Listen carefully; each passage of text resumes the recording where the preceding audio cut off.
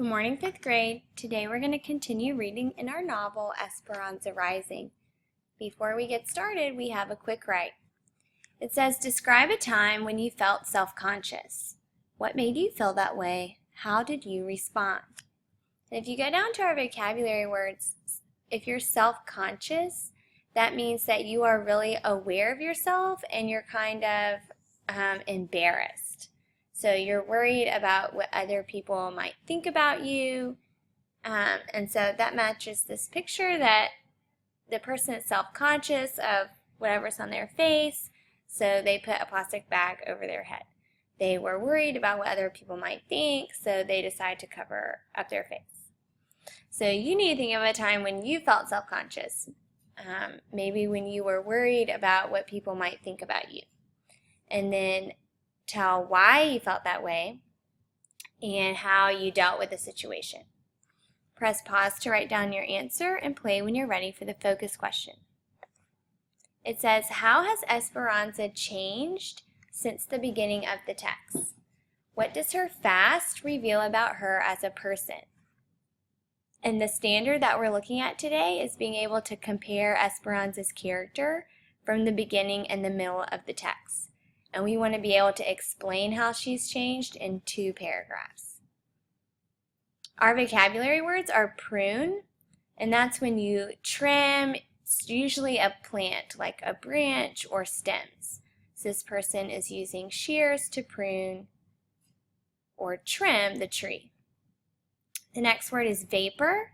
It's a substance in the air, and so your breath on a cold morning can be a vapor. So you can see this person, you can see their breath, it's a vapor. And then the last word is self-conscious.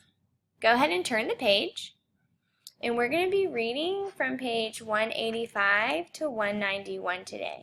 And we're going to be using our CSPS strategy, looking for the character, setting, problem, and solution. So go ahead and open up your text to page 185, and we're going to begin reading at the top of the page. And you are listening for CSPS evidence. You need to get away from the camp, Esperanza, said Hortensia as she handed her the grocery list and asked her to go to the market with Miguel. It was the 1st of spring, and it's beautiful outside. I thought you and Josefina always look forward to marketing on Saturday, said Esperanza. We do, but today we're helping Melina and Irene with enchiladas. Can you go for us? Esperanza knew they were trying to keep her occupied. Mama had been in the hospital for 3 months, and Esperanza hadn't been allowed to visit for several weeks.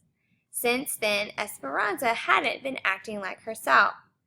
She went through the motions of living. She was polite enough, answering everyone's questions with the simplest answers. But she was tormented by Mama's absence. Papa, Abuelita, Mama, who would be next? She crawled into bed as early as possible each night and curled her body into a tight ball. It didn't move until morning. We'll stop right there because we have evidence of our character in our setting. And in this, in the middle of the page, we learn about Esperanza and how it kind of seems like she's become depressed. It says, and because she hasn't been acting like herself because Mom is so sick, Hortensia is trying to cheer her up by saying, why don't you get out of the house? You need to change the scenery, and asking her to go to the market for her. So in box 1, we would write, Hortensia is trying to keep Esperanza occupied because she's been depressed about her mother being sick. Press pause to write down your answer and play when you're ready for the quote. And you can write down this quote in the middle of page 185. Esperanza knew they were trying to keep her occupied. Mama had been in the hospital for 3 months, and Esperanza hadn't been allowed to visit for several weeks. Press pause to write down your answer and play when you're ready for the setting. And at the top of the page, we learn that it's spring. It's a Saturday morning in spring, and Esperanza and Miguel are going to go to the grocery store. So in box 2, we would write, Esperanza went to the market with Miguel on Saturday morning. Press pause to write down your answer and play when you're ready for the quote.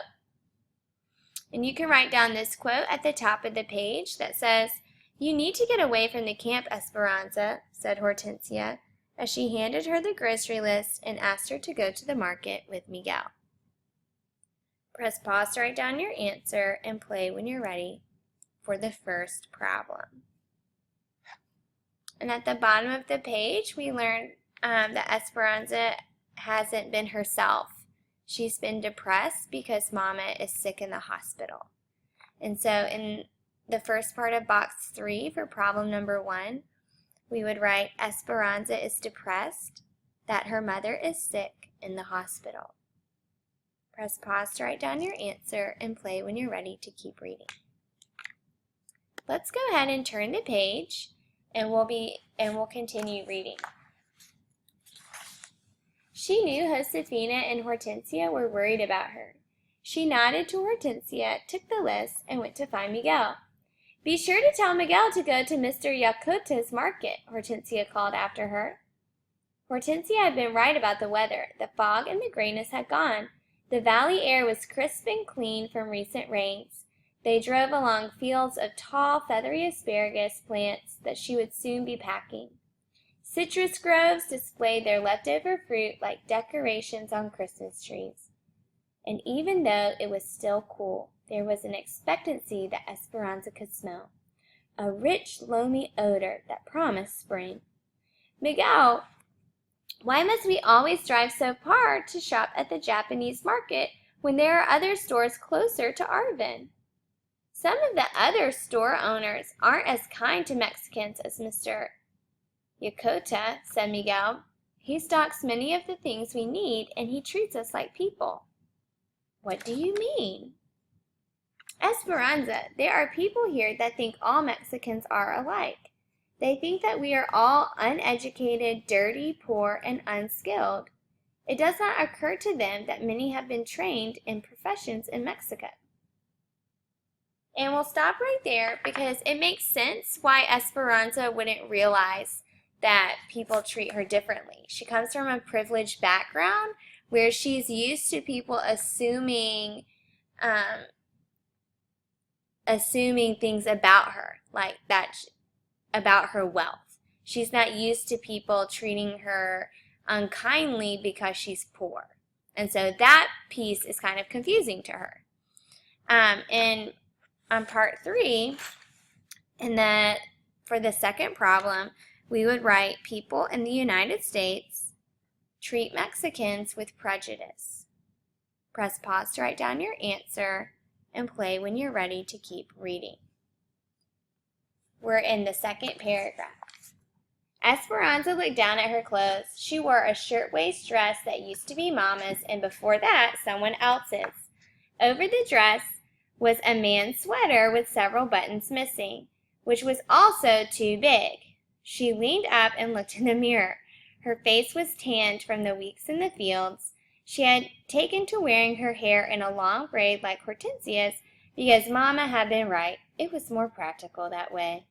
"Miguel, how could anyone look at me and think I was uneducated?" He smiled at her joke.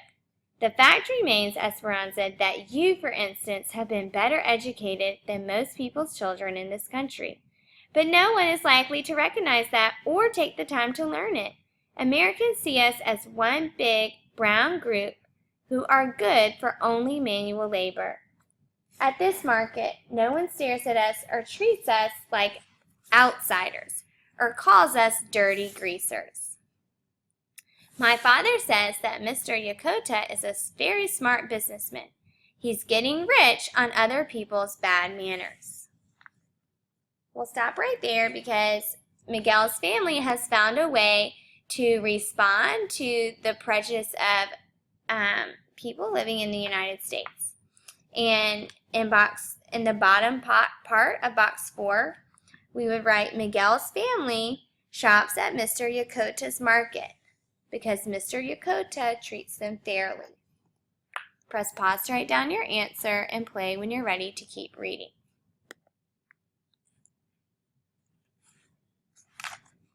Miguel's explanation was familiar. Esperanza's contact with Americans outside the camp had been limited to the doctors and the nurses at the hospital, but she had heard stories from others about how they were treated. There were special sections of the movie theater for Negroes and Mexicans. In town, parents did not want their children going to the same schools with Mexicans. Living away from town in the company camp had its advantages, she decided. The children all went to school together, white, Mexican, Japanese, Chinese, Filipino. It didn't seem to matter to anyone because they were all poor. Sometimes she felt as if she lived in a cocoon, protected from much of the indignation. Miguel pulled the truck into the parking lot of the market. "I'll meet you. I'm going to talk about railroad jobs with these men gathered on the corner." Esperanza went inside. Mr. Yokota was from Tokyo, and the store had all sorts of Japanese cooking ingredients like seaweed and ginger, and a fresh fish counter with fish that still had their heads. But there were Mexican products too, like masa de harina for tamales, chilies for salsa, and big bags of dried beans for frijoles. There were even cow's intestines in the meat case for menudo, and other specialties like chorizo and pig's feet. Esperanza's favorite part of the store was the ceiling that was covered in a peculiar combination of Japanese paper lanterns and piñatas, shaped like stars and donkeys. There was a small tissue donkey that Esperanza had not noticed before. It was like the one Mama had bought her a few years ago. Esperanza had thought it so cute that she had refused to break it, even though it had been filled with sweets. Instead, she had hung it in her room above her bed. A clerk walked by, and impulsively she pointed to the miniature piñata. "Por favor," she said, "please." She bought the other things she needed, including another money order. That was one more benefit of Mr. Yokota's market. She could buy money orders there. She was waiting in the truck when Miguel came back. "Another money order? What do you do with all of them?" asked Miguel.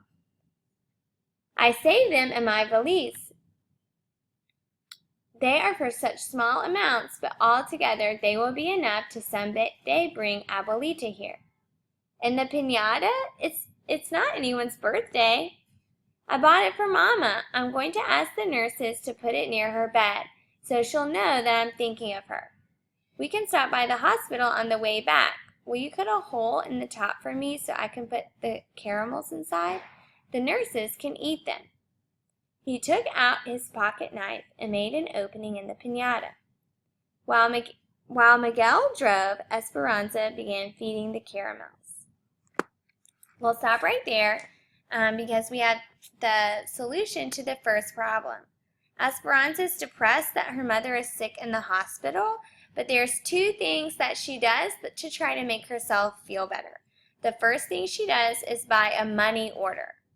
And she's going to use that money order, she's going to save them up so that she can purchase a ticket to bring Abuelita to the United States. And the second thing she does is she buys a piñata to decorate her mom's hospital room to cheer her up. So in the first part of box 4, we would write, Esperanza buys a money order so that she can bring Abuelita to the United States. She also bought a piñata to decorate her mother's hospital room and cheer her up. Press pause to write down your answer and play when you're ready for the paragraph. And for the paragraph, it says, how does Esperanza respond to challenge? What do her actions reveal about her as a person? And so you can think about the two problems that Esperanza faces and how she attempts to solve those problems. And then you need to think about what kind of person does that make her.